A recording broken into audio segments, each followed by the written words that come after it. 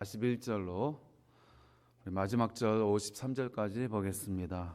구약 558쪽 열왕기상 22장 41절로 53절 마지막 절까지 보겠습니다. 한 절씩 교독하겠습니다. 이스라엘의 아합 왕 제4년에 아사의 아들 여호사밧이 유다의 왕이 되니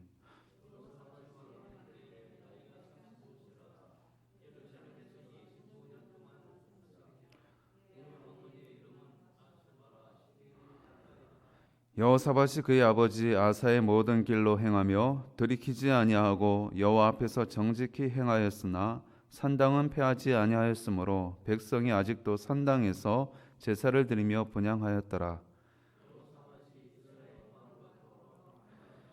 여호사밧의 남은 사적과 그가 부린 권세와 그가 어떻게 전쟁하였는지는 다 유다 왕 역대지락에 기록되지 아니하였느냐.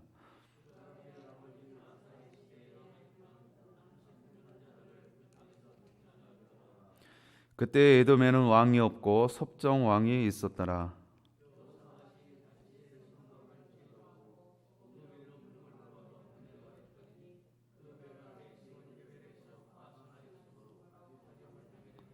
아합의 아들 아하시아가 여호사밧에게 이르되 내 종으로 당신의 종과 함께 배에 가게 하라 하나 여호사밧이 허락하지 아니하였더라.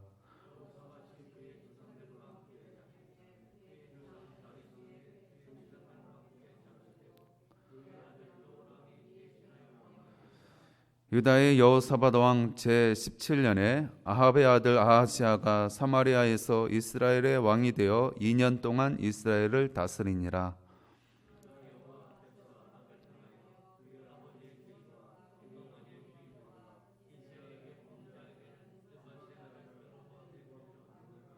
같이 읽습니다. 바알을 섬겨 그에게 예배하여 이스라엘의 하나님 여호와를 노하시게 하기를 그의 아버지의 온갖 행위같이 하였더라. 아멘. 오늘 열왕기상 마지막 장 가운데에 유다의 여호사밧 왕에 대해서 우리가 잠시 말씀을 상고하기를 원합니다. 여호사밧 왕은 이스라엘 분열 왕국 시대 가운데에 남쪽 유다의 왕입니다. 이 여호사밧 왕은 특별히 믿음의 왕이었습니다. 남유다 가운데에 그 역대지락에 하나님 마음에 합한 믿음의 왕이 한 4명 정도 나오는데요.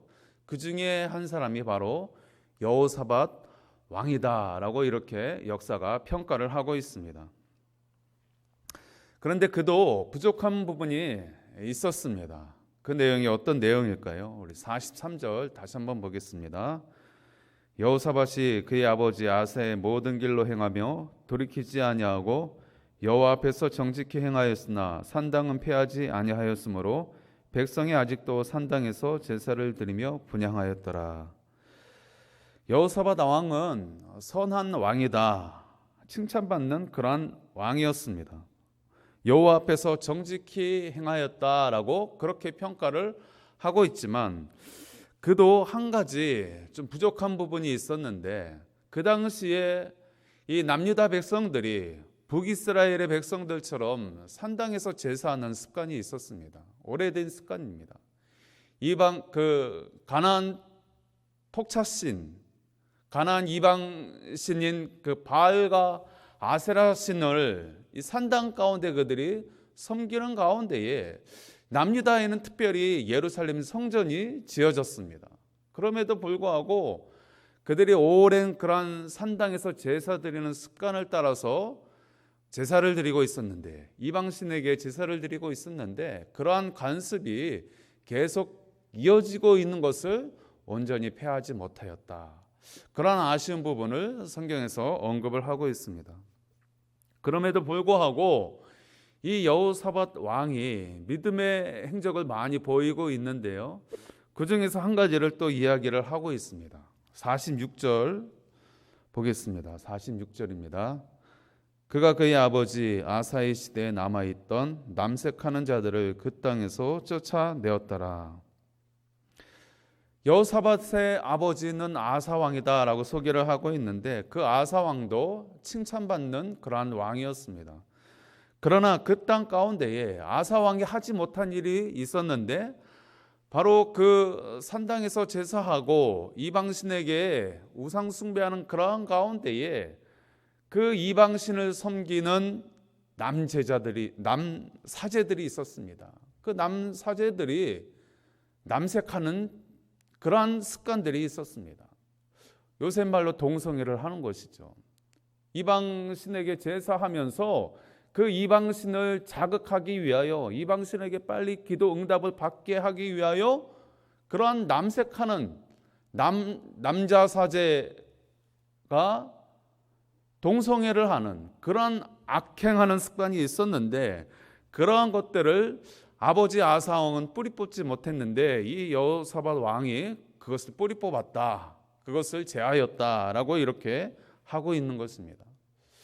오늘날에도 이런 동성애 문제가 심각한 문제인데 이 당시에도 이런 동성애 문제가 상당히 심각한 문제였고 하나님의 진노를 사는 그러한 일이었음을, 또 그것이 왕의 큰 평가 가운데 하나로 그렇게 기록되어지는 것을 우리가 볼 수가 있는 것입니다. 이렇게 여호사밧 왕은 하나님의 뜻을 행하기 위하여 부단히 애를 썼습니다. 그래서 그는 하나님께서 그 옛날 이 솔로몬의 영화를 이 여호사밧 왕에게도 허락하시는 것을 볼 수가 있는 것입니다. 그가 믿음으로 행할 때에 하나님께서 그 나라를 축복해 주시는 것입니다. 그래서 오늘 47절에도 보면 에돔이라는 그 나라가 나오는데 여기에 왕이 없고 섭정 왕이 있었다. 이 말이 무슨 말입니까? 이 에돔 땅도 남유다의 관할 아래 있었다라는 것을 보여주는 것입니다. 그만큼 이 여호사밧 왕이 하나님의 축복을 받아서 지도력을 인정받고 또 외교력을, 국방력을 튼튼하게 하는 그러한 일들 가운데에 쓰임받았다라는 것을 우리가 본문 가운데 볼 수가 있는 것입니다. 또 그러한 경제 활동이 또 어떠합니까? 대무역적인 그러한 부분도 언급을 하고 있는데요. 48절에 보면 여호사밧이 다시스의 선박을 제저하고 오빌로 금을 구하러 보내려 하였더니 그 배가 에시온게벨에서 파선하였으므로 가지 못하게 되었다라고 그렇게 하고 있습니다. 솔로몬 때에 이 해상무역이 활발했던 것을 우리는 성경을 통해서 보게 되어집니다. 마치 그때와 같이 오늘 이 여호사밧 왕 때 활발한 해상무역이 이루어졌던 것을 본문이 언급을 하고 있습니다.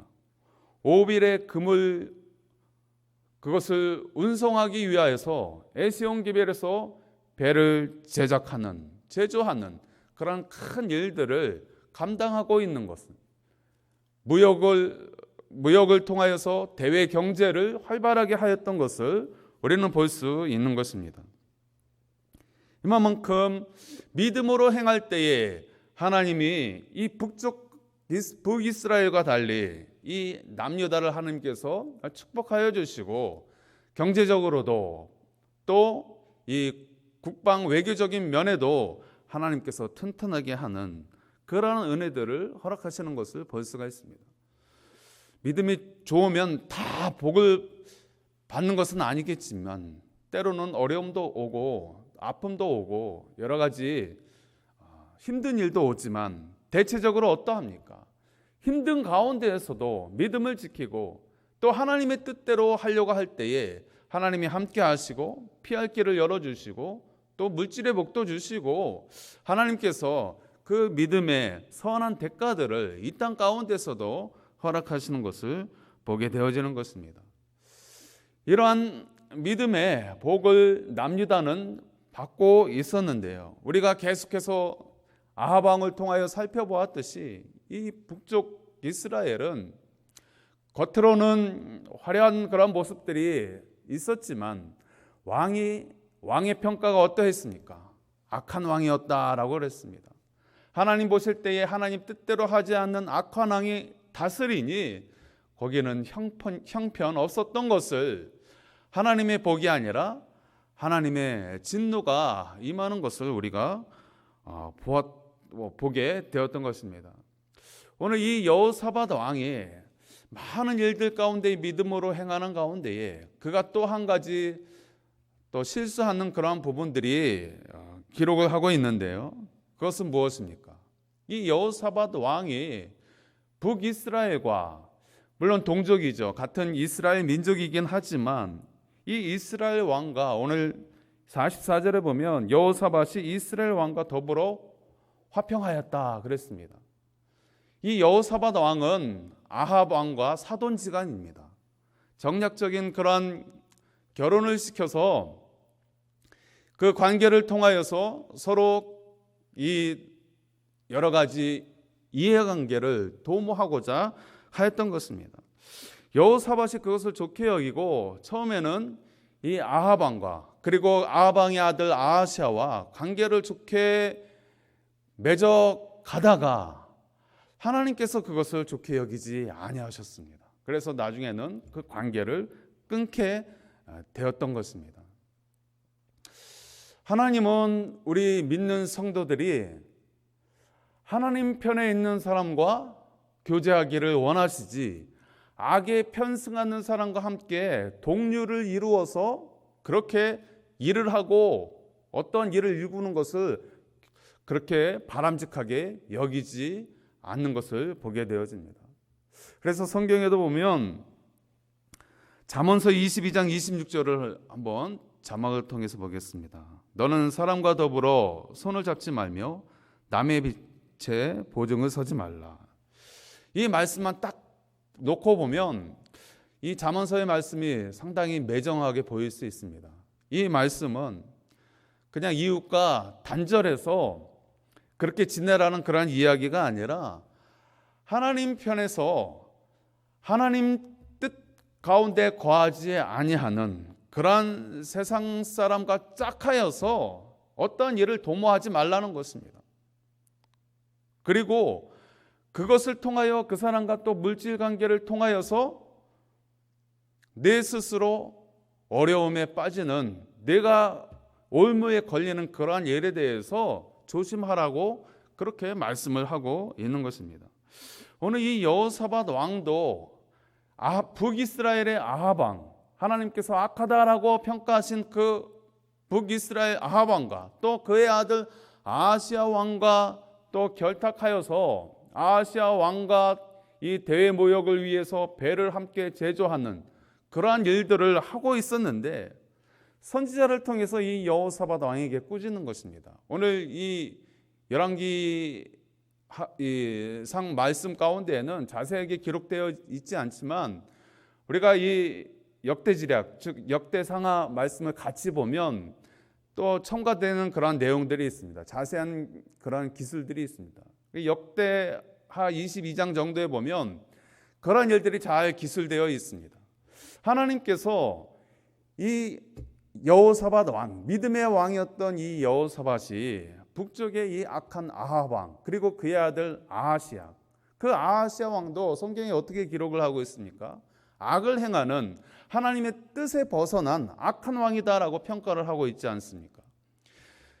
그런 자들과 계속해서 관계를 갖다가 심지어는 어떤 일이 있었습니까? 우리가 일전에 살펴본 대로 이 아합 왕이 자신의 안목의 정력 가운데에 옛 영토인 길르앗 라못이라는 땅을 차지하기 위하여 아람과 전투를 벌일 때에 이 남유다와 동맹을 하게 되죠. 그래서 여호사밧 왕을 청해서 함께 전쟁에 나아갈 때에 아합 왕은 죽임을 당하고 이 여호사밧 왕도 죽임을 당할 뻔한 큰 공경에 처할 뻔한 그러한 일을 우리가 말씀을 통해서 보았습니다. 그와 같이 하나님은 이 여호사밧 왕이 악한 사람과 함께 어떤 일들을 결탁하고 어떤 일들을 이루는 것을 원하지 아니하였다라는 것입니다. 이것을 나중에서야 깨닫고 이 여호사밧 왕이 이제 그의 아합 왕과 그의 아들 아하시아와 단절하는 그러한 모습들을 보게 되어지는 것입니다.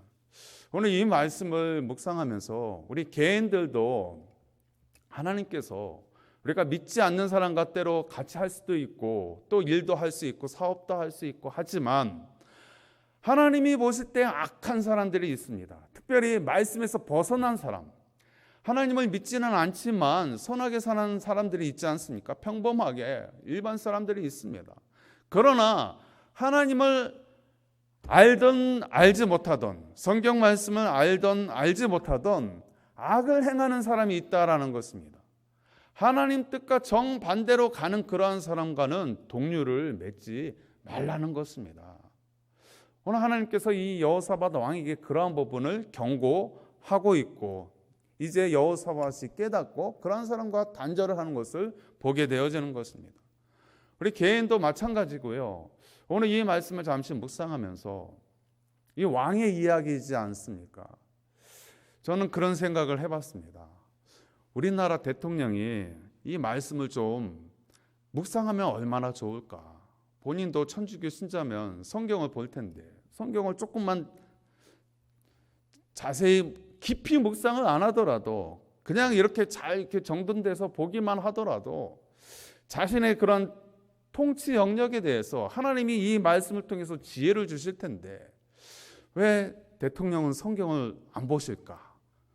보시는데 왜 저렇게 통치를 하실까? 그런 생각을 하게 되어지는 것입니다. 어떤 부분에 그렇습니까? 이 말씀을 보면 이 이스라엘의 분열 왕국 시대, 북이스라엘과 남유다의 상황이 어쩌면 우리나라의 상황과 너무나 흡사하고 꼭 우리나라에 대해서 이 북한과 남한에 대해서 꼭 이야기하는 것처럼 그렇게 이 말씀을 묵상하면서 여겨질 때가 참 많았습니다. 오늘 이 본문도 마찬가지입니다. 우리나라가 친북 정책을 많이 하지 않습니까? 이 북한과 교류를 하려고 그러고 우리나라 대통령도 해외에 나가서 순방하면서 북한을 도와달라고 애걸복걸하고 그렇게 아주 친북 정책을 그렇게 행했습니다. 그런데 하나님의 입장에서 한번 보시기 바랍니다. 하나님이 보실 때에 저 정권을 하나님이 어떻게 보실까요? 선하게 보실까요? 악하게 보실까요?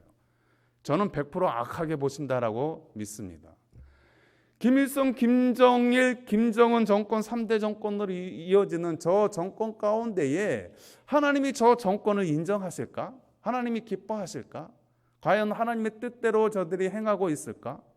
저 정권을 인정하고 저들과 교류하고 화합하고 저들과 뭔가 이루려고 하는 그 모습들이 하나님이 기뻐하실까?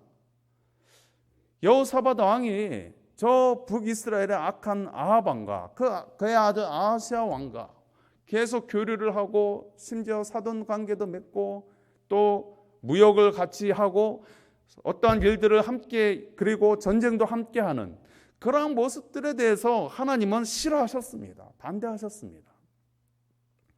하나님은 저 북녘의 우리 불쌍한 동포들 2,500만 동포들을 사랑하십니다. 그런데 과연 저 지금 김정은 정권도 하나님이 북한 동포들처럼 그렇게 사랑하실까? 의문을 품을 수밖에 없다는 것입니다. 저 북한의 인권에 대해서는 눈을 감고 어떻게 하면 김정은 정권과 잘해볼까 하는 그 모습이 과연 하나님이 기뻐하시는 모습인가? 오늘 이 말씀을 묵상하면서 다시 한번 의문을 품게 되더라는 것입니다.